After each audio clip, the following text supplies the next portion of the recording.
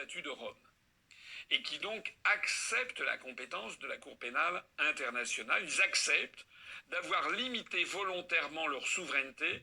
Ils acceptent que leurs dirigeants, le cas échéant, puissent être traînés devant la CPI pour y être jugés.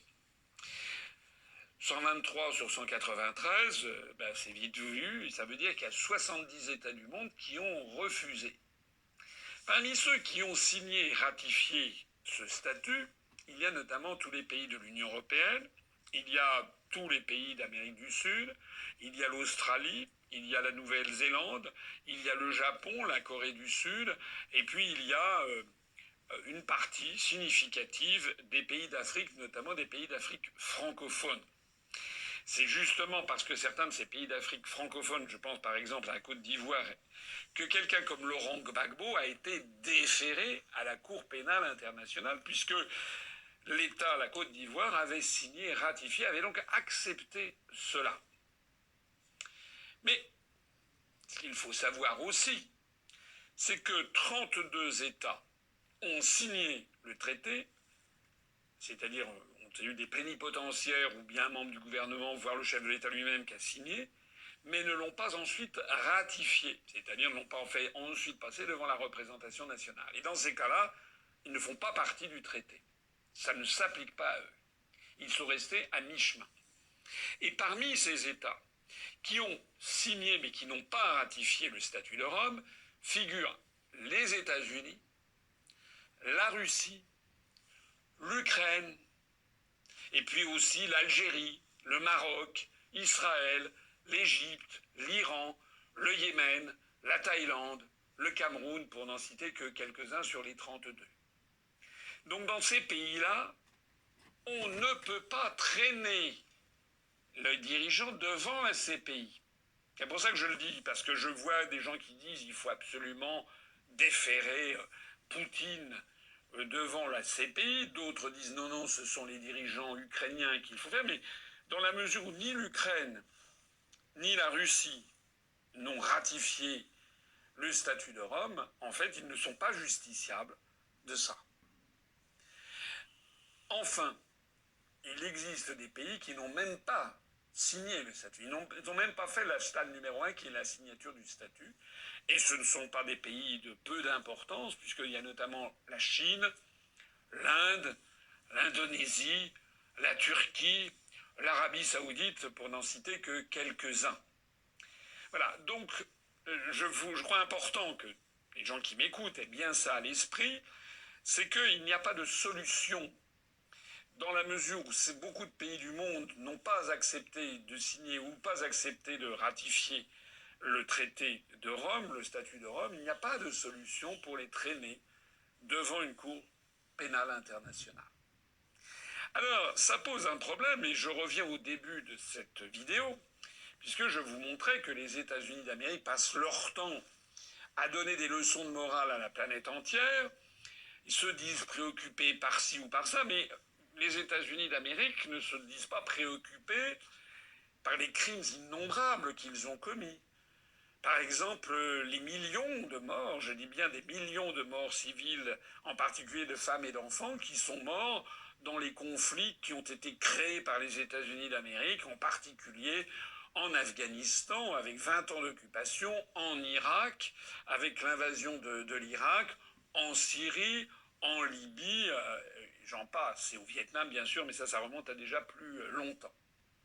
Et donc, dans beaucoup de ces pays, des pays qui sont en dehors de la zone occidentale, les gens se sont dit, en fait, on s'est fait avoir. C'est notamment ce que pensent un certain nombre de pays d'Afrique, et qui ont constaté, comme je le disais tout à l'heure, que certains de leurs dirigeants, pourtant parfois très populaires, comme tel est le cas de Laurent Gbagbo, ont été déférés à la Cour pénale internationale, alors que les dirigeants, parmi ceux qui ont le plus de sang sur les mains, c'est-à-dire quelqu'un comme Barack Obama, quelqu'un comme George W. Bush, quelqu'un comme Anthony Blair, par exemple, eh bien eux ne sont justiciables de rien. Devant ce qui est perçu comme une injustice, il y a donc eu un ralentissement des ratifications de ce traité. Il y a même des pays, en particulier, je crois que c'est le cas des Philippines, où les Philippines qui avaient signé puis ratifié le statut de Londres a décidé de sortir de ce statut en disant en fait que c'était une espèce d'arnaque faite par les pays occidentaux pour ligoter un certain nombre de pays en plein Voilà, les développement, Philippines ont sachant que compris les en pays gros. Bon, occidentaux je vais m'arrêter là et refusent. puis revenir maintenant, comme d'habitude, sur mes commentaires. Bonjour à tous, aujourd'hui nous sommes donc le 16 juin 2022.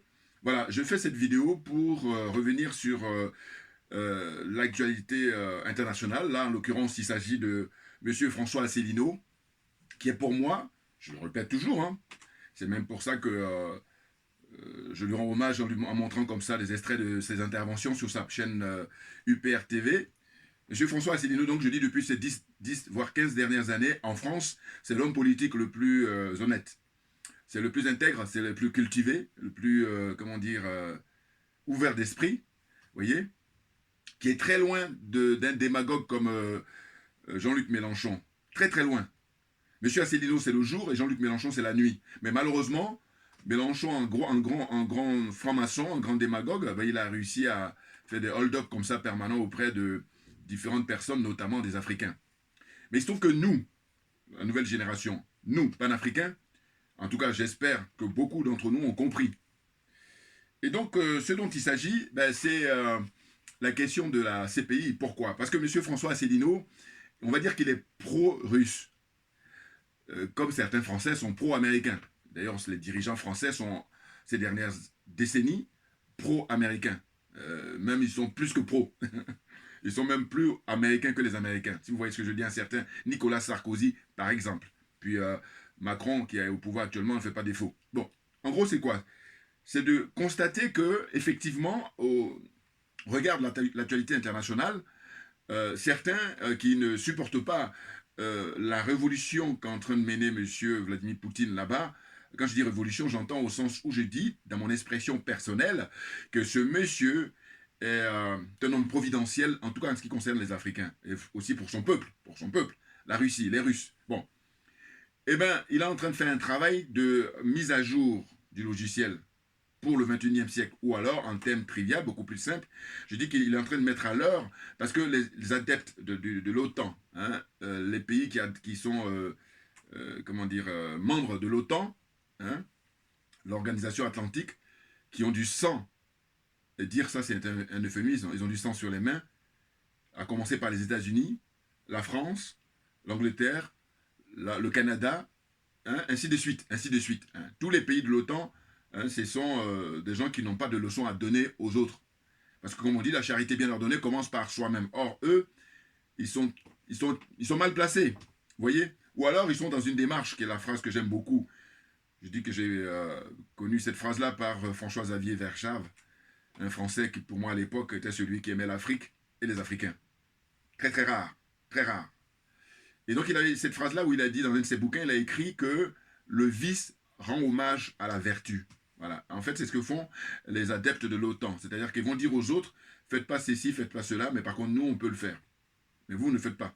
Parce que c'est pour votre bien, vraiment. Vous voyez? Donc, l'escroquerie morale, j'appelle ça aussi. Donc, ce qui se passe, c'est quoi? C'est que quand il fait ses vidéos, monsieur François Asselineau, ou même dans ses interviews, c'est un monsieur qui est très qualifié, qui est très cultivé, qui est très pédagogue. Voilà. Donc, en gros, là, cette vidéo-là, je crois qu'il a essayé d'expliquer en disant que ceux qui sont en train de demander à ce qu'on traduise Vladimir Poutine devant la Cour pénale internationale, ce sont des rêves. Voilà. Et puis, il explique ça en détail. Hein. On ne peut plus les explicite. Voilà. Beaucoup de pédagogie. Que les choses soient claires. Comment ça se passe? Hein, dans cette organisation-là internationale. C'est-à-dire que vous avez trois groupes. Je commence d'abord par les pays qui n'ont pas signé du tout, hein, parce qu'il y a deux phases. Vous avez la phase des signatures et puis la phase de ratification. Et puis vous avez les pays qui, comment dire, ont signé et puis par contre n'ont pas ratifié. Et puis vous avez le troisième bloc, qui est les pays qui ont tout fait. C'est-à-dire qu'ils ont signé d'une part, et puis ils ont ratifié d'autre part. Ça concerne tous les pays européens, c'est ce qu'il a dit tout à l'heure dans sa vidéo. Donc je vous enverrai les liens, ou ceux qui sont pressés, allez-y taper sur YouTube, François Asselineau, UPR TV, hein, c'est sa dernière vidéo, voilà, en date. Je me présente, Djoubian, c'est mon surnom sur le net. Je suis un panafricain très convaincu, et accessoirement seulement, je suis spécialiste de la France. Voyez-vous? Donc là, je donne mon point de vue comme d'habitude sur la situation. J'ai pris quelques notes et puis après je vais continuer mon commentaire. En fait, il a rappelé, hein, et d'ailleurs c'est pour ça que ça m'a interpellé, il a donné le cas du président Laurent Gbagbo. Alors ce que je regrette simplement, c'est que lui qui est beaucoup plus honnête que beaucoup, hein, de très loin, là pour le coup, pour le cas de Gbagbo, ou en tout cas en ce qui concerne les pays africains, voilà, c'est là où tu vois les limites de tous les Français, eux tous. Hein, lui, bon, comme il est, parce que les autres, ce que je condamne chez eux, c'est qu'ils sont sans foi ni loi, ce qui n'est pas son cas. Voilà, mais simplement, comme l'Afrique se leur garde manger, pépinière, c'est tout, hein, eh ben, c'est leur totem, voilà. Je vais plus loin, je dis c'est leur totem. Voilà, vous voyez. Donc le totem, on respecte. On ne mange pas son totem. On le respecte parce que c'est grâce à... Voilà, enfin bon, je ne vais pas rentrer dans les détails, ça c'est beaucoup plus difficile à expliquer. Mais en tout cas, comprenez ce que je veux dire. Bon. Donc, pour faire des rappels, c'est que les pays non signataires du statut de Rome, hein, qui est de 1998 et puis qui a été mis en application instauré à partir de 2002. Hein, donc ça fait combien 2002, ça fait 20 ans. Hein, si mes calculs sont bons, c'est pas très bon. Ça fait 20 ans, bon. Donc ces pays-là, qui sont non signataires, vous voyez, il a cité la Chine, l'Inde, l'Indonésie, voilà, la Turquie, l'Arabie Saoudite, et puis d'autres, voilà. Et ensuite, vous avez les pays qui ont signé, comme il a dit tout à l'heure. En gros, il y a 123 pays, sachant qu'aux Nations Unies, il y a 193. Donc ça veut dire que grosso modo, il y a 70 pays qui, eux, disent on n'est pas concernés. Voilà, on ne rentre pas dans votre arnaque, dans votre escroquerie morale. Ils ont bien raison. Et avec le recul d'ailleurs, on ne peut que saluer leur démarche et puis leur clairvoyance et leur lucidité. Hein, voilà, ils sont indépendants, ils sont souverains, eux. Voilà, les 70 pays là. Ben oui. Alors, ensuite, enfin, bon, ça dépend. Il y en a d'autres, parce que le Cameroun, j'ai entendu parler tout à l'heure. Le problème, c'est que Paul Biya, si il avait fait du bien pour son peuple, voilà, là, il serait... voilà, il y a rien. Mais le problème, c'est que Paul Biya, il n'a pas fait du bien à son peuple. Plus de 40 ans qu'il est au pouvoir, regardez ce qui se passe. Le peuple est maltraité, le peuple est, comment dire, dans... Enfin, le cas du Cameroun, c'est un cas d'école. Enfin, en tout cas, il faut l'étudier. C'est incroyable. Et c'est la raison pour laquelle je dis que les frères et sœurs qui interviennent sur Afrique Média, ils sont très qualifiés, ils sont très brillants. Mais leur limite entre eux et moi, c'est Paul Biya. Voilà. Et à partir de là, il n'y a rien à faire. C'est-à-dire qu'eux vont considérer qu'ils ont raison. Et moi, je vais considérer que j'ai raison. Et heureusement, je ne suis pas le seul. Ceux qui pensent comme moi, en tout cas, on va dire ça comme ça. Vous comprenez? Donc, on dit que il y a tous les pays du CE, enfin de l'Union européenne, voilà, eux ils sont signataires et comment dire, ils ont signé et puis ils ont aussi ratifié, voilà, ratifié. La ratification, elle peut être faite soit par voie référendaire hein, auprès du peuple, soit par les assemblées parlementaires, hein, voilà. Et puis notre voix encore qui m'échappe moi. En tout cas, je sais qu'il y a au moins 3 voix ou 2 c'est sûr, 3 peut-être, voilà, si j'ai compris. Vous voyez? Maintenant, en tout cas, dans les pays démocratiques qui sont réellement démocratiques, la ratification passe par 2 phases. Soit c'est le peuple, par référendum, ou soit par les parlementaires. Voilà, les 2. Maintenant, la 3e phase, ça, c'est les pays que je considère comme moins démocratiques. Les choses sont claires. Enfin, bon, bref. Donc, ce que je voulais dire, c'est quoi? C'est que il y a 32 États ont signé, mais ne l'ont pas ratifié. 32. Le traité ne s'applique pas dans ce cas-là. Voilà. Hein? C'est-à-dire que pour que le traité s'applique, il faut que vous ayez, d'une part, comment dire, signé, et d'autre part, ratifié. Mais ce qui nous intéresse, pour ceux qui sont perspicaces et qui comprennent toujours ma démarche, en tout cas, qui ont beaucoup plus le sens de l'anticipation, c'est que le but de ma vidéo, c'est pour venir sur le cas de Laurent Gbagbo, le cas du président Laurent Gbagbo de la Côte d'Ivoire. Ah ben oui, c'est ça qui nous intéresse parce que c'est vraiment historique, l'escroquerie morale, l'escroquerie politique, l'escroquerie judiciaire, mais à la totale, là on a la totale. Et du coup, je dis tous les frères là, qui à l'époque, quand nous autres, on disait que c'était un procès politique, tous ceux qui ont dit non, non, non, c'est du judiciaire, ils doivent plaider coupable publiquement. Ah ben oui, moi j'y tiens. Non, parce que je dis que quand à l'époque il s'agissait de la ramener, il faisait le malin. Donc voilà, il criait sur tous les toits, non, non, non, judiciaire, judiciaire, judiciaire, voilà.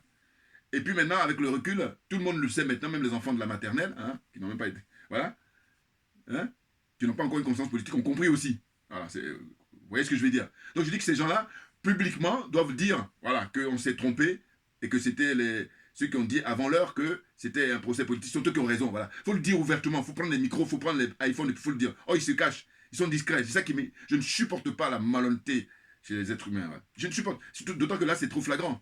C'est parce qu'on perd du temps, hein, vous vous rendez compte? Et le fait de le reconnaître, ça te toi d'abord qui reconnais, et puis ça grandit la personne qui a été ceux qui ont été les premiers à dire que non, c'est un procès politique. Et d'ailleurs, moi-même, je vous dis, je suis intervenu à l'époque, quand il y a eu les amis de Gbagbo qui ont organisé une réunion là-bas publique à la place d'Italie en juin 2018. Hein? Juin 2018, oui, oui, tout à fait. Les amis de Gbagbo. Et il y avait comme présent, je rappelle ça toujours parce que c'est très important, c'était très intéressant. Et ce qui est d'ailleurs étrange, c'est le fait qu'ils n'ont pas mis ça en ligne alors qu'ils ont filmé, ils avaient plein de caméras partout. Bon, moi j'ai filmé aussi, mais j'ai filmé mon intervention. En fait, à l'époque, si j'avais dit, c'est que j'avais dit, quand j'ai pris la parole là-bas, j'ai dit, écoutez, on assistait simplement à la CPI là, procès du président Laurent Gbagbo et puis Charles Blé Goudé, c'est un procès politique, et que par conséquent, ce que je leur ai dit, hormis le fait que j'ai dit que pourquoi le président Gbagbo ne parlait pas la langue de chez nous, hein, la langue BT par exemple, ou la langue ivoirienne, qui parle le djoula, tout ce qu'il veut, mais qui parle pas le français parce que c'est la langue coloniale. Voilà, c'était ce que j'avais dit.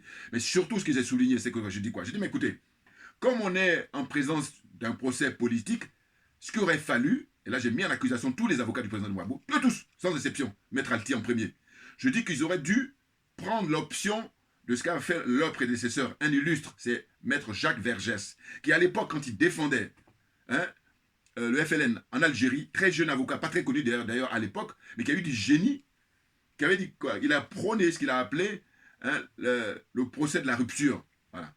Tout simplement parce qu'il a dit, écoutez, on veut nous faire croire que c'est un procès judiciaire, alors que non, c'est un procès politique, et à partir de là, rupture. Et donc j'ai dit, mais les avocats du président Gbagbo auraient dû faire ça dès le début. Pourquoi? Mais parce que, regardez, c'est simple. Dans mon récapitulatif, hein, je vais revenir tout à l'heure sur les notes, mais en tout cas, les notes les plus importantes vont être beaucoup plus concrètes, là. Hein. Ah oui, oui, oui. C'est pour ça que je dis merci toujours à ceux qui ont inventé Internet, hein, le frère du Nigeria, et puis les autres qui ont pris la suite. Je leur dis merci constamment. Je ne peux pas cesser de les remercier parce que, je dis, mais imaginez, c'est grâce à eux qu'aujourd'hui, nous autres, qui n'avons pas pion sur rue, on peut donner notre point de vue. Et Dieu seul sait si c'est important, Dieu seul sait si c'est honnête, hein, pour faire avancer les choses. Très clairement. Donc, qu'est-ce que j'ai? Ben écoutez, vous tous, vous pouvez retrouver ça aussi pareil sur Internet. Hein. Vous tapez sur Google, vous tapez les pays signataires du traité de Rome, hein, traité pour instituer la CPI. Voilà. Donc, vous voyez, c'est ça. Le tableau là. Bon. Donc, ce tableau nous dit quoi? Il nous dit que, par exemple, pour les pays africains, on va prendre le cas de la Côte d'Ivoire. C'est évidemment ça qui m'intéresse. Là, juste ça qui m'intéresse, c'est que c'est historique ce qui s'est passé avec le président Laurent Gbagbo, avec ce qui s'est passé, les événements en Côte d'Ivoire. Hein, vous comprenez? Bon, donc, si on suit bien hein, ce qu'a dit M. Asselineau tout à l'heure, il a dit que pour que le traité puisse entrer en application, pour que, voilà, et il faut d'une part signature et d'autre part ratification. Or, quel est le constat pour la Côte d'Ivoire? Je rappelle que par exemple l'Afrique du Sud, ils ont signé le 17 juillet 1998 et puis ils ont ratifié le 27 novembre 2000, c'est-à-dire 2 ans après. Le Bénin, 24 septembre 1999, ils ont signé et puis le 22 janvier 2002, ils ont ratifié. Voilà, donc leur adhésion est devenue officielle. Bon, je ne vais pas énumérer tout, je vais maintenant aller directement à la Côte d'Ivoire, comme c'est classé par ordre alphabétique. Voilà, on y est. La Côte d'Ivoire a signé le traité de Rome qui a institué la CPI le 30 novembre 1998. Écoutez bien. Bon, de toute façon, vous pouvez retrouver, donc il n'y a même pas besoin d'écouter bien, mais c'est très intéressant. Vous voyez l'escroquerie? Et je dis, mais ces gens-là qui ont beaucoup de diplômes et tout ça, qui ont pion sur rue, mais je dis, mais cachez-vous parce qu'on a toutes les preuves. Ils font le malin, ils sont arrogants, mais vous êtes profondément malhonnêtes. Et maintenant, comme les trucs sont diffusés en mondiovision, c'est-à-dire Internet, c'est international, et bien comme ça, tout citoyen peut prendre connaissance de ce que je suis en train de dire là. Et puis il y a des gens qui ont dit ça aussi avant moi. Dans tous les cas, ils ne sont pas nombreux. Et puis ce que je voudrais, c'est que je dise des gens beaucoup plus connus, mais fassent cette démarche-là. Pour être vraiment factuel. Voilà. C'est quoi? C'est de dire, la Côte d'Ivoire, donc je disais, signature le 30 novembre 1998, et puis la ratification n'intervient que le 15 février 2013. Mais pourquoi ça nous intéresse de plus près? Parce que cette ratification, figurez-vous qu'elle est intervenue a posteriori de, comment on appelle ça, la déportation du président Laurent Gbagbo, parce que le président Laurent Gbagbo a été déporté en novembre 2011. Vous comprenez? Et donc, c'est anachronique, enfin, je veux dire, ça ne tient pas la route. Vous voyez, là, il y a un problème juridique là même sans même parler du côté politique. Côté politique, moi j'ai été convaincu dès le début, je ne suis pas le seul, Dieu merci. Mais j'ai dit, même si on veut essayer de se mettre derrière ceux qui parlent de justice, procès judiciaire, là, eux-mêmes, ils devaient avoir honte, et puis j'ai dit, définitivement, il faut la fermer. Quand je dis, n'abordez plus d'autres problèmes de questions politiques, voilà. Essayez d'être très très délicat pour savoir si vraiment c'est judiciaire, et là, vous pouvez l'ouvrir. Mais si ce n'est pas le cas, faites attention. Mais oui, parce que là, on a l'expérience là. C'est-à-dire qu'au fond, Vous avez deux dates précises. Le 30 novembre, je répète encore, le 30 novembre 1998, c'est la date de signature de l'État ivoirien, l'État de Côte d'Ivoire. En ce moment, M. Gbagbo était au pouvoir, 2000. Non, même pas. Oui, oui, M. Gbagbo, ben, c'était avant lui. Voilà, c'est ça. Hein, M. Gbagbo est arrivé au pouvoir en 2000. Donc c'était même avant lui. Voilà. Donc ça s'est fait sans lui, en fait. Oui, oui. Puisque lui, il arrive en 2000. Or, c'est le 30 novembre 1998. Donc sans doute que c'était le général Gueye, hein, si je ne me trompe pas. Général Gueye et Konan Bédié, entre les deux, là. Voilà. Entre les deux. C'est soit Konan Bédié, soit le général Gueye. Voilà. Il n'y a pas de troisième. Là, puisque le président Gbagbo lui prend le pouvoir en 2000, donc automatiquement, il n'est pas concerné. En tout cas, pour cette signature-là. Et ensuite, en ce qui concerne la ratification, qui intervient que le 15 février 2013, là aussi, pareil, il n'est pas concerné. Puisque lui, il s'est fait arrêter en 2011, en avril, et puis en novembre, paf, on le déporte ici en Europe, aux Pays-Bas, à la CPI. Vous voyez? Mais c'est pour dire quoi? C'est pour dire que, justement, M. Asselineau, que j'aime bien, mais simplement, je dis là, il aurait dû apporter ces précisions-là. Bon, alors ils vont dire, il ne va pas laisser pas attarder, mais non, mais sur un plan intellectuel, c'est important de s'attarder, surtout que ça, c'est hyper important, parce qu'il s'agit d'informer les gens, et il s'agit de dire la vérité aux gens, rien que la vérité. Alors, je rappelle toujours, moi, ma religion, c'est la vérité et la justice, comme certains sont musulmans, certains sont catholiques, certains sont bouddhistes, certains sont... Vous voyez, ainsi de suite, voilà. Protestants, hein, tout ce que vous voulez. Mais moi, ma religion, je vous dis, comme chacun de nous, on est libre pour la pensée et la réflexion, surtout quand on est majeur, hein, bon, et vacciné, si on peut dire. Je dis ma religion, pour moi, je le rappelle constamment, c'est la vérité et la justice. C'est ça. D'abord la vérité et ensuite la justice. Et ces deux-là, ils vont ensemble. Vous comprenez? Comme des sœurs jumelles ou des frères jumeaux, si vous voyez ce que je veux dire. C'est-à-dire que c'est pas possible de... L'un sans l'autre, c'est pas possible. Ça ne tient pas. Voilà. Donc, c'est pour ça que je trouvais hyper intéressant la dernière vidéo de M. Asselineau. Hein. Je ne peux pas tout vous réciter. Hein. Vous avez sur Internet, voilà. Vous voyez, vous tapez là et puis vous avez la liste. C'est très intéressant. Mais moi, ça faisait longtemps que ça m'interpellait. Hein. Simplement, là, l'occasion est venue. Mais sinon, depuis le début, j'allais dire même depuis que le président Gbagbo a été arrêté, parce qu'on en parlait aux infos, ils en parlaient. Mais ils sont tellement dans... Justement, je vous disais tout à l'heure, je dis qu'ils sont sans foi ni loi. C'est que normalement, il aurait fallu attendre qu'il y ait la ratification en 2013 pour effectivement faire partie du président Laurent Gbagbo. Mais comme ils sont dans une panique, ben oui, parce que M. Ouattara, il y a un agenda qu'il fallait respecter, puisqu'il devait prendre le pouvoir depuis 2010. C'est un coup d'État organisé par l'État français. Et là, je vous ramène à la littérature. Il y a plein de bouquins qui ont été écrits là-dessus, notamment écrits aussi par Charles Onana, avec qui je ne suis pas d'accord sur le cas du Rwanda, c'est tout. Voilà. Sinon, les autres, en général, j'apprécie ses interventions. Le Rwanda, je dis non, non, non, non. Il a un deal, il a signé un deal avec l'État français. Maintenant qu'on a prouver le contraire. Ah oui, oui, oui. Concours d'honnêteté intellectuelle. Ah oui, on est là-dessus, hein. Bouya! On est bon, on est bon, on est bon. Bon, donc la suite, c'est quoi? C'est de dire que, au fond, comment se fait-il que tous les juristes, là, les très qualifiés, les maîtres honoris causa, les docteurs en droit, ils ont, même au niveau du droit, ils ont tout eu. Hein, le sommet, le doctorat en droit. Voilà. Mais là, comment se fait-il que ces gens-là viennent pas sur des chaînes qui ont pion sur rue, aussi bien en France qu'en Côte d'Ivoire, pour dire ouvertement que c'est n'importe quoi. C'est tout, mais pas du droit. Et à partir de là, c'est pour ça que nous autres, qui ne sommes même pas très très qualifiés, mais en tout cas, que nous sommes animés pour l'intérêt général et nous sommes animés pour servir l'intérêt général, et surtout avec l'honnêteté intellectuelle très prononcée, avec une conscience politique très prononcée, vous comprenez bien que, voilà, on prend conscience très vite de cette situation-là. Et du coup, on s'est dit, mais attendez, qu'est-ce que c'est que ce manège-là? Et c'est ce qui nous conduit facilement à dire, mais non, mais c'est un procès politique. Depuis le début jusqu'à la fin. Vous voyez? M. Ouattara, hein, a été mis là par la France. Maintenant, pour ne pas oublier, parce que c'est ça mon problème chez moi, c'est que je suis parti à parler, bon, excusez-moi. Je vais en profiter pour rendre rapidement hommage à Mme Kei Vao Martin. C'est une grande dame qui a fait beaucoup d'investigations, et ces derniers temps, j'entends plus parler d'elle, pour ne rien vous cacher. Voilà. Et je me pose des questions, parce que je dis, cette dame-là, elle a fait un travail monstre, et ce serait très bien que, justement, son travail soit suivi des faits, parce qu'elle a essayé d'expliquer dans toutes les recherches qu'elle a effectuées qu'on est réellement les fautifs, qu'on est réellement les coupables. Puisque M. Laurent Gbagbo, maintenant, en plus, elle, avant même que la CPI se prononce, elle avait déjà comment dire, recueilli les témoignages, parce qu'elle a été sur le terrain, elle a pris tous les gens qui ont été victimes de ces exactions-là, ces crimes-là. Et puis, elle a pu faire monter un dossier. Et puis d'ailleurs, elle a expliqué dans des vidéos, vous pouvez retrouver là aussi pareil sur YouTube, l'attitude de Habiba Touré. Habiba Touré, avocate, l'une des avocates du président Gbagbo, du couple Gbagbo, on va dire. Voilà. Je dis couple Gbagbo, voilà. Même, voilà. Non, mais... Ah, la marmaille ivoirienne. Mais c'est terrible, c'est terrible, c'est terrible. Vous voyez?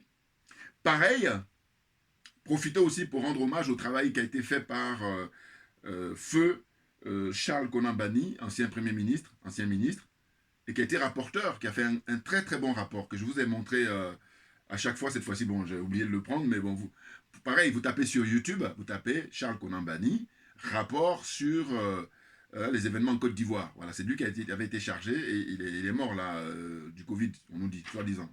Vous voyez?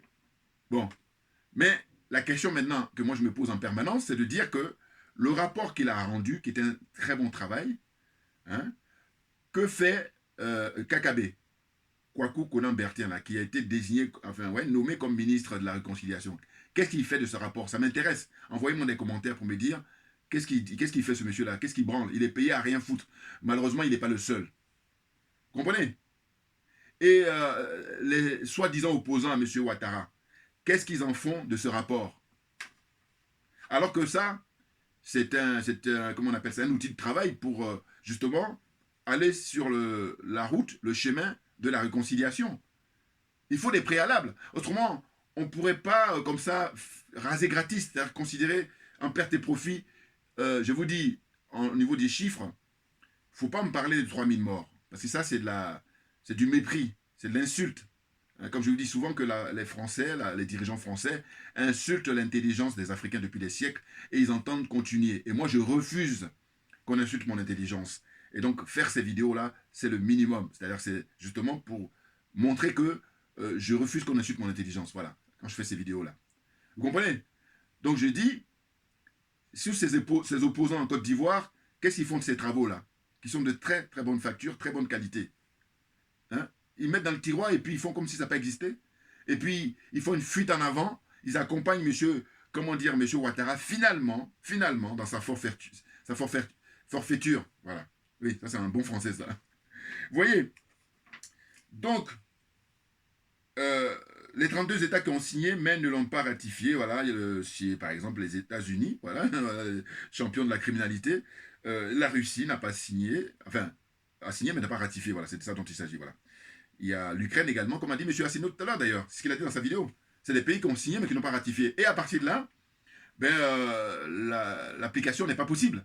Or, dans le cas de la Côte d'Ivoire, en tout cas, en ce qui concerne le cas du président Laurent Gbagbo, et là je dis, mais franchement, il y a des gens, franchement, si on prend sur le plan théorique, c'est-à-dire aller suivre des cours, ils pourraient être mes professeurs, bien entendu, sur le plan de l'enseignement du droit. Mais sauf que la limite entre eux et moi, et puis entre eux et des gens qui pensent comme moi, c'est qu'eux, ils sont malhonnêtes intellectuellement, d'une part. D'autre part, ils sont aliénés. Ensuite, ils sont complexés. Et puis le pompon, hein, tout ce qui... Là vraiment, le pompon, c'est-à-dire vraiment la totale, c'est ils sont corrompus. D'abord moralement et ensuite matériellement. Et c'est pour ça qu'ils sont loin du compte. Donc, qu'ils la ferment définitivement. Vous comprenez? Et c'est vrai que dans les pays, il y a l'Ukraine, il y a l'Algérie, ça c'est pas étonnant, il y a le Maroc, il y a Israël, voilà.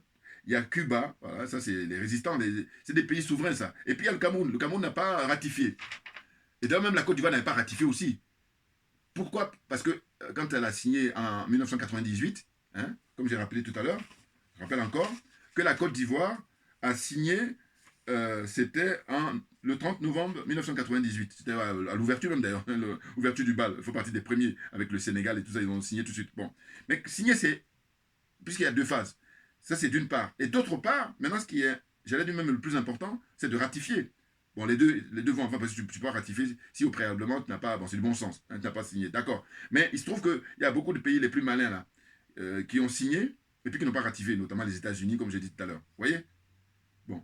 Donc, il y a pas mal de pays africains qui, au départ, ont signé, effectivement, mais qui n'ont pas ratifié. C'est le cas de la Côte d'Ivoire, puisque la ratification n'intervient qu'avec M. Ouattara, puisqu'il a déjà pris le pouvoir. Après avoir renversé M. Laurent Gbagbo, il a été mis en place par l'armée française le 15 février 2013. Mais une fois qu'on a dit ça, Mais on se dit, mais pourquoi les autres ils font le malin, continuent à faire le malin? On a tous les éléments là. Mais parce qu'ils sont malhonnêtes, tout simplement. Il ne faut pas aller chercher midi à 14. Et il se trouve qu'il y a des pays africains, comme le Burundi, l'Afrique du Sud, et puis qu'est-ce qu'il y a encore que j'allais oublier, et la Guinée, je ne sais pas si c'est la Guinée équatoriale. En tout cas, le Burundi, c'est sûr. Eux, ils ont dit, bon, on quitte, voilà, on quitte la CPI. Et puis l'Afrique du Sud, et puis l'autre pays là, que j'oublie, eux, par contre, je ne sais pas s'ils ont fait, s'ils ont été, mais parce qu'ils ont gueulé à un moment donné, en 2016, pour dire que, par exemple, sur 10 affaires qui sont instruites par la CPI, 9 sont des affaires africaines. C'est trop flagrant. Ah oui, écoutez, là on est dans du 99%, là. 9 sur 10. 9 concernent l'Afrique. Et puis il y a un seul qui est pour le reste du monde. Voilà, vous voyez? C'est incroyable. C'est incroyable. Donc les Philippines, voilà, c'est ça. Les Philippines et le Burundi, voilà, sont de très loin les pays qui ont dit non, non, non, c'est fini, on avait signé, mais on se retire. Voilà, parce que c'est de l'arnaque. Mais c'est énorme. Ben oui. Là, tu peux parler de souveraineté, là, tu peux parler d'indépendance. Autrement, tu es dans la soumission totale, tu es dans l'aliénation totale, tu es dans le complexe et puis tu es dans la corruption généralisée. Vous voyez? Et donc, ils se sont retirés après avoir signé et ratifié, comme je l'ai dit, le traité de Rome. Hein? Voilà, c'est ça. Donc, c'est la Gambie. Voilà.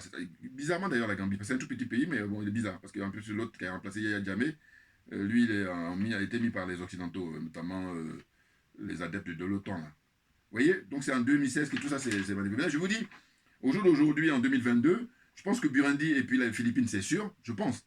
Maintenant, ce qu'il faut aller vérifier, hein, très exactement, c'est l'Afrique du Sud d'une part, puis la Gambie d'autre part, pour savoir s'ils ont suivi ces deux pays-là, voilà, qui sont retirés et qui ont rejoint finalement les 70 pays qui, eux, ont considéré qu'ils n'étaient pas concernés. Voilà, ils ont dit non, non, non. Dès le début, eux, ils ont senti que c'était de l'arnaque. Voilà. Vous voyez? Donc, pour poursuivre. Mais écoutez, quand je fais ce constat-là, hein, voilà, hein, là c'est factuel, c'est-à-dire que c'est pas je parle en l'air, le ciel est bleu, les hirondelles, non, non, non, non, non. Factuellement, quelqu'un de très qualifié, M. Asselineau, vous pouvez retrouver hein, sa vidéo où il a expliqué les choses, et lui en gros, c'est pour éclairer les gens sur le fait qu'il y a certains qui se disent, voilà, enfin, qui comprennent même rien, mais ils disent, voilà, pourquoi M. Poutine n'en envoie pas à la CPI? Mais non, ça ne se passe pas comme ça, voilà. Et puis d'ailleurs, là aussi pareil, M. Asselineau, avec tout le respect que je lui accorde, je dis simplement que là aussi, il va trop vite en besoin quand il dit, voilà, tous les pays européens ont signé, ont ratifié, voilà, ces traités-là, et que, en gros, tout se passe bien. Non, je suis désolé. Quand tu prends, là en l'occurrence, et pourtant il a pourtant énuméré les gens qu'on doit déporter là-bas, hein, à la CPI, notamment Bush, père et fils, Bill Clinton, tout ça, pour moi, alors, il a oublié même de citer Bill Clinton. Blair, moi, on dit habituellement Tony Blair, mais lui dit Anthony Blair, ce que j'aime beaucoup chez M. Asselineau, parce que là, il reprend l'étymologie, il prend à la source le véritable nom du mec. Voilà, Anthony Blair, voilà, qui a été Premier ministre à l'époque. Hein. En plus de ça, le mec, ils disent qu'ils sont. C'est un travailliste, voilà. C'est sur l'étiquette travailliste. Hein. Vous avez les conservateurs et les travaillistes. Bon, en gros, ce qu'ils nous disent en général, que les travaillistes, c'est la gauche et puis les conservateurs, c'est la droite. Bon, on voit que du feu, là. Enfin, bon, c'est pour embrouiller les gens. Parce que je dis, quand il s'agit de défendre leurs intérêts, il n'y a plus de travaillistes ni de conservateurs. Tout le monde tire sur la même direction. Et c'est ce qui nous manque, nous, Africains. Et le travail que nous sommes en train de faire, justement, c'est pour en arriver là, à terme. Bien entendu, bien entendu. Vous comprenez? Donc, je dis, David Cameron, pareil, lui aussi devant la Cour pénale, qui est encore Nicolas Sarkozy devant la Cour pénale. Justement, c'est pour ça que je dis, M. Asselineau, il va très vite en besoin, sans citer justement les protagonistes français qui sont concernés, qui doivent être traduits devant comment on appelle ça, la CPI. Hein, il ne cite pas Nicolas Sarkozy à aucun moment, alors qu'il cite les dirigeants anglais. Oui, c'est là où je dis, bon voilà, j'ai vu ses limites. Voilà. Mais encore une fois, je dis, moi j'aime bien mettre les choses à leur place. Quand bien même j'ai vu ses limites, je dis, ce monsieur, il n'est pas comme les autres qui sont sans foi ni loi. Voilà. Donc, pareil, je dis, même M. Macron, il doit aller devant la CPI pour s'expliquer suite au traitement qu'il a infligé aux Gilets jaunes.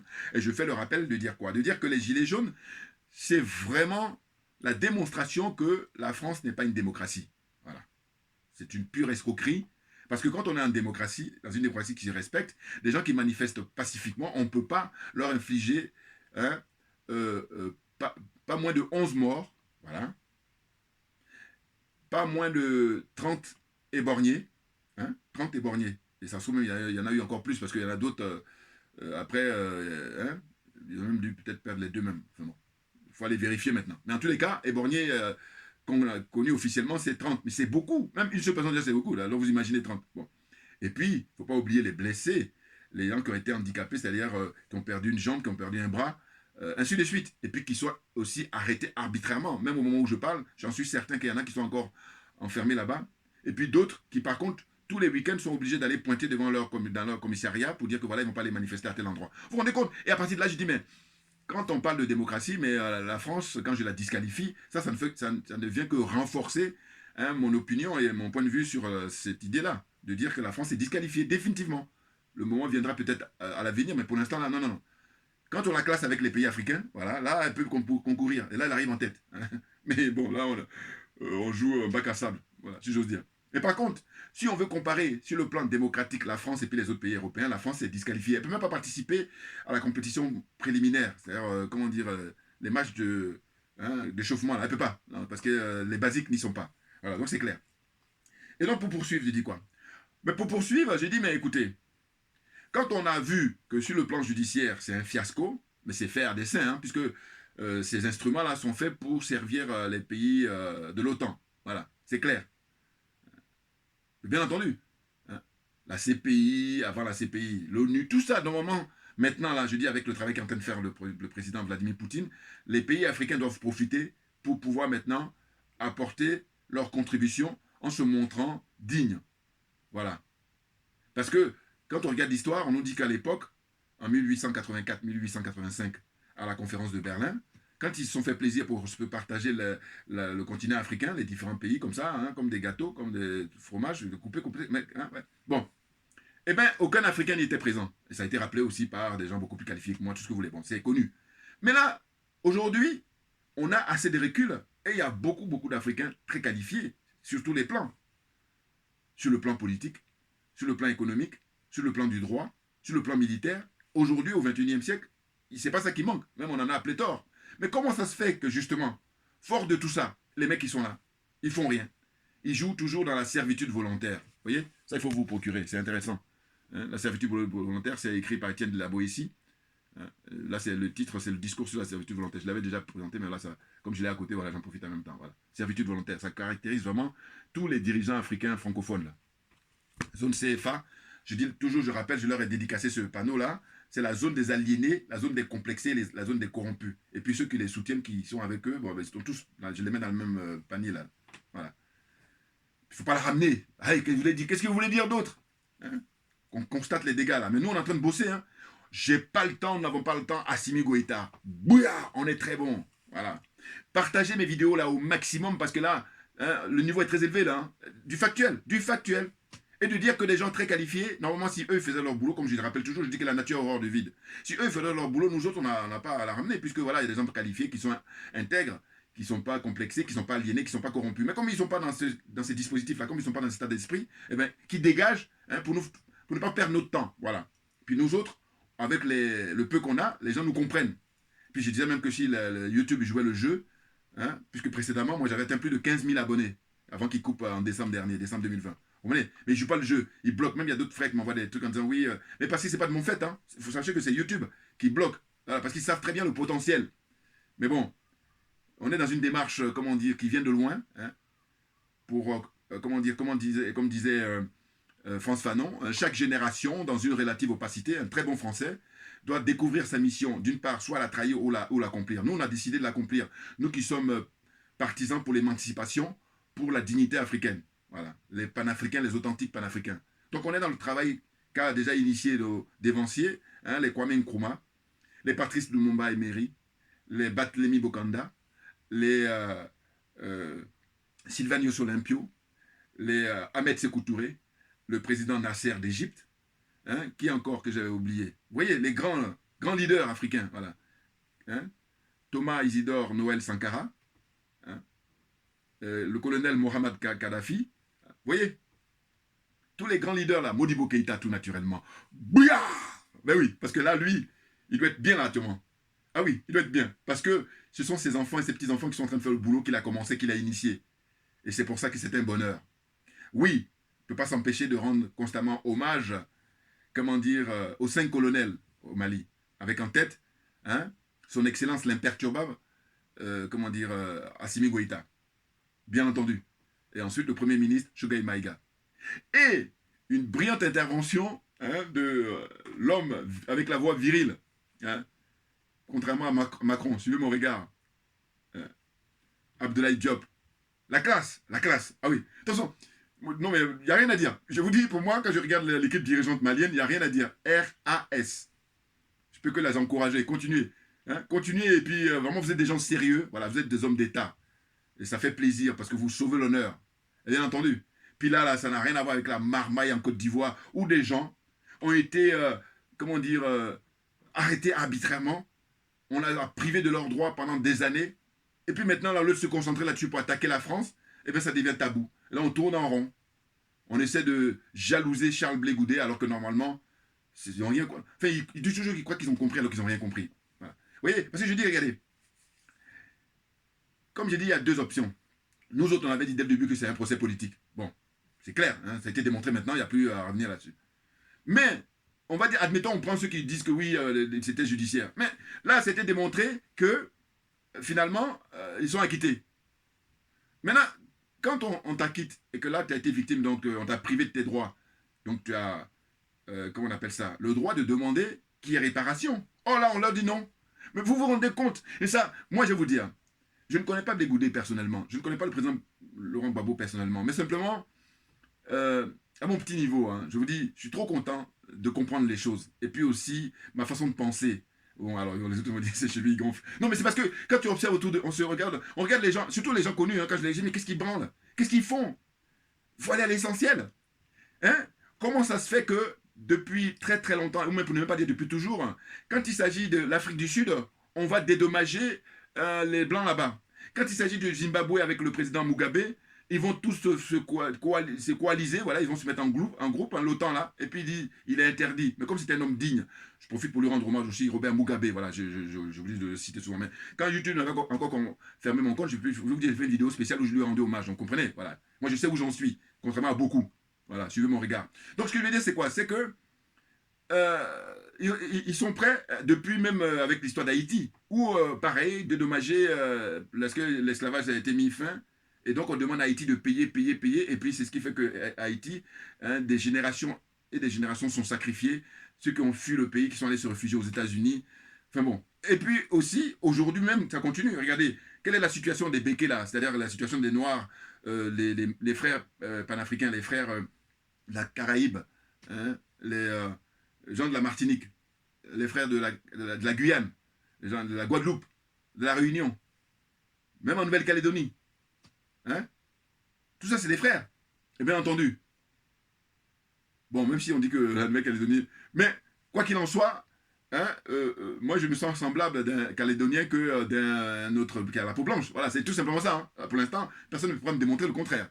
Même si c'est vrai que, voilà, ils sont très, très dans la. Mais bon, l'origine, c'est l'Afrique, hein, la matrice. Voilà, donc, voilà, là, on va essayer de gagner du temps, là. Voilà. Soyons sérieux dans les discussions que nous avons, s'il vous plaît. Donc, vous voyez, donc j'ai dit, mais c'est incroyable. Et ils sont là, ces gens-là. Et puis, limite, même ce qui m'énerve, c'est quand ils vont dire, bon, on laisse ça à Dieu. Non, mais de quoi? Bouillard, mais non, mais bon, mais c'est impressionnant. C'est impressionnant. Vous voyez, donc on a tous les éléments. Voilà, tous les éléments. Et puis là, soit on est dans le camp des gens qui veulent la vérité, rien que la vérité, ou alors on est dans le camp de l'OTAN, qui sont des menteurs, qui sont des voleurs, j'allais même dire des violeurs, hein, des crevards. Ben oui, c'est des crevards, hein. Ah, contrairement. Non, parce que pourquoi Poutine n'a jamais eu une démarche, ou les Russes n'ont jamais eu une démarche comme ça, d'aller faire de l'impérialisme à l'extérieur? Mais parce qu'ils ont tout chez eux. Hein, tout. Hein, du blé, du gaz, comment on appelle ça, le pétrole. Ils ont, voilà, ils ont tout. Ils n'ont pas besoin d'aller emmerder l'autre peuple. Alors que les autres, là, ils ont que dalle. Ou quand ils en ont, c'est très peu. Et du coup, ils vont emmerder le monde. Voilà. Et donc, leur bilan fait que, normalement, tous les jours, 24 heures sur 24, ils doivent demander pardon à toute l'humanité. Normalement. Et ça dépendait que de moi. Ah, je vous le dis, hein. Ah ben oui, non parce que moi, ma religion, c'est la vérité et la justice. Donc vous comprenez bien que dire ça, c'est normal. Voilà. Hein? Le bilan. On sort le bilan. 20e siècle, qu'est-ce que vous avez commis comme dégâts? Hein? Le nombre de morts, Nagasaki, Hiroshima. Et puis maintenant, quand on vient plus proche ici, hein, il a cité tout à l'heure M. Asselineau, l'Afghanistan, la Libye, l'Irak, tout ça. Et les mecs, ils ont le culot Voilà. Mais c'est terminé. C'est terminé. Voilà. Game is over. Je crois qu'à l'époque, il y avait des comment il s'appelle Bush qui avait dit ça pour intervenir là-bas. Je ne sais plus si c'était en Irak ou quand l'Irak avait envahi, je crois, le Koweït. Voilà, mais là, réellement, game is over. Là, les choses sont terminées maintenant, là, parce que pour le coup, le président Poutine, eh ben, on ne le saluera jamais assez. Voilà, le travail qu'il est en train d'effectuer, un travail chirurgical, où quand on apprend les infos, on dit que voilà, quand il parle d'embargo arrêté, c'est du pipeau. La Russie n'a jamais été aussi à l'aise financièrement que maintenant, là, depuis qu'il a déclenché les hostilités en février 2022. Allez, allez-y, vous regardez sur Internet, vous avez toutes les infos. Merci à vous tous pour votre intervention, pour votre, comment dire, loyauté, non, pour votre fidélité, voilà, c'est ce que je voulais dire. Hein, et puis, on lâche rien parce que c'est nous qui avons raison. Vous voyez, là, on est au taquet, on a la totale et puis on est gonflé à bloc. Merci bien et à très bientôt.